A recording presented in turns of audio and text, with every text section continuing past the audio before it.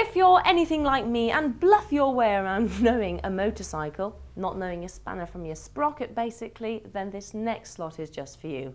We decided to go from A to Z with an Uncle Jeff's workshop of motorcycle maintenance. Uncle Jeff, what are you going to do with us?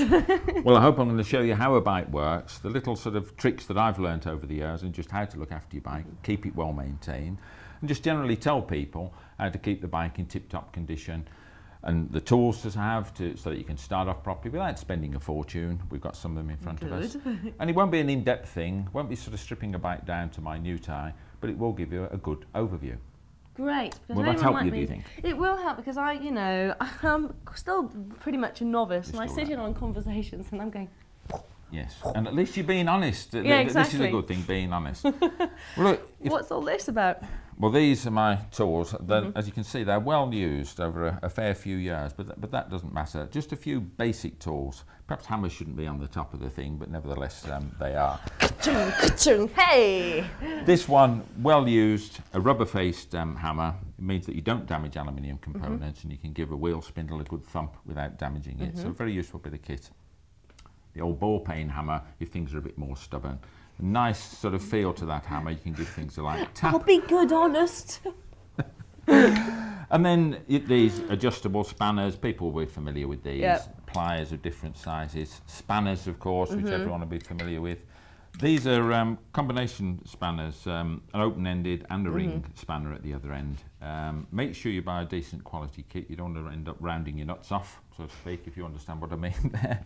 But it's buy some decent kit. Oh, especially for Diane. No, put that down. Put that down. That is a little trick of the trade.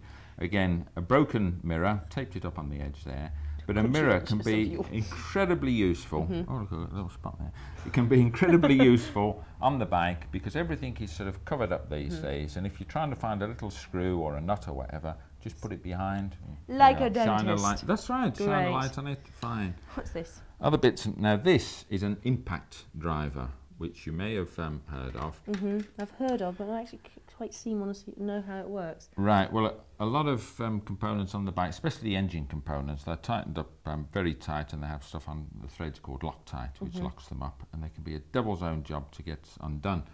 This little gadget, you put a little adapter on the end, or you can fit a socket on the end, whatever, it doesn't really matter, but if we put this adapter on the end there, you can fit a crosshead screw bit in there. So if you've got a screw which is really, be a start if this went in, there it goes, really stubborn, like the bar end weights on the end of the handlebars. Right. Do you know what those are for, by the way? The bar end weights? Yeah. No. Weights. Well, therefore, they're actually to damp out any tingles that you get through the handlebars. Right. So they're not just to make it look nice and neat and finish it off or protect the bike if it falls over. The tingling. Yeah, it's just adds a bit of weight to a hollow tube and stops it tingling. But those screws can be a devil to get undone. You fit that in there, give this a damn good push, which I won't do now, but this has got a spiral thread on it, and so when I say push, I mean hit it with a bloody hammer. Sorry.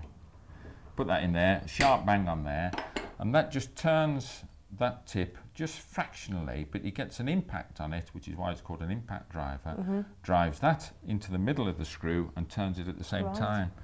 If you haven't got that effect, and you were using it as a screwdriver, it tends to ride out the slot